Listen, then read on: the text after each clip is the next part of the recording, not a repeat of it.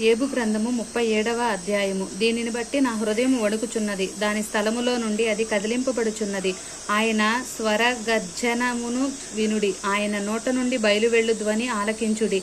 ఆకాశ వైశాల్యం అంతటి క్రింద ఆయన దానిని వినిపించును.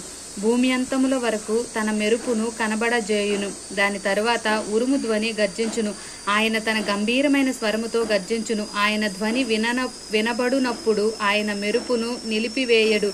దేవుడు ఆశ్చర్యముగా ఉరుము ధ్వని చేయును. మనము గ్రహింపలేని గొప్ప కార్యములను ఆయన చేయును.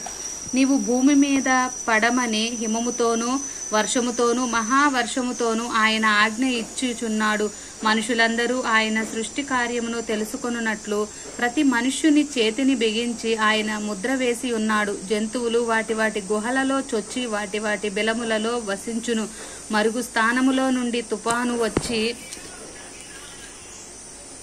తుఫాను వచ్చును. ఉత్తర దిక్కు నుండి చలి వచ్చును. దేవుని ఊపిరి వలన మంచు పుట్టును.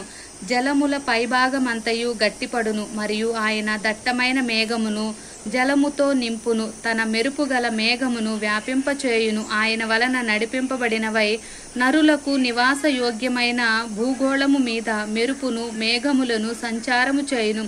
ఆయన వాటికి ఆజ్ఞాపించున్నది యావత్తును అవి నెరవేర్చును. శిక్ష కొరకే గాని తన భూలోకము కొరకే గాని కృపచేయుటకే గాని ఆయన ఆజ్ఞాపించిన దానిని అవి నెరవేర్చును.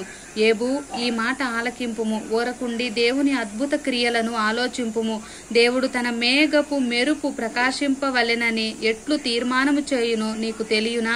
మేఘములను తేలచేయుటయు పరిపూర్ణ జ్ఞానము గలవాని మహాకార్యములను నీకు తెలియునా? దక్షిణపు గాలి వీచుట చేత ఉబ్బవేయునప్పుడు నీ వస్త్రములెట్లు వెచ్చబడినది నీకు తెలియనా? పోతపోసిన అద్దమంత దట్టమైనదగు ఆకాశమును ఆయన వ్యాపింపచేసినట్లు నీవు వ్యాపింపచేయగలవా? మేము ఆయనతో ఏమి పలకవలెనో అది మాకు తెలుపుము. చీకటి కలిగినందున మాకేమియూ తోచక ఉన్నది. నేను పలుకుదునని ఎవడైనా ఆయనతో చెప్పదగునా? ఒకడు తాను నిర్మూలము కావాలనని కోరునా? ఉన్నతమైన మేఘములలో ప్రకాశించు ఎండ ఇప్పుడు కనబడకయున్నను గాలి మేఘములను పోగొట్టి దాని తేటగా కనబరుచును. ఉత్తర దిక్కున సువర్ణ ప్రకాశము పుట్టును. దేవుడు భీకరమైన మహిమను ధరించుకొని ఉన్నాడు.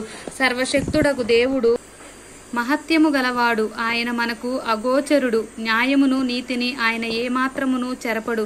అందువలన నరులు ఆయన యందు భయభక్తులు కలిగియుందురు. తాము జ్ఞానులమనుకొను వారిని ఆయన ఏమాత్రమును లక్ష్యపెట్టడు. ఆమేన్.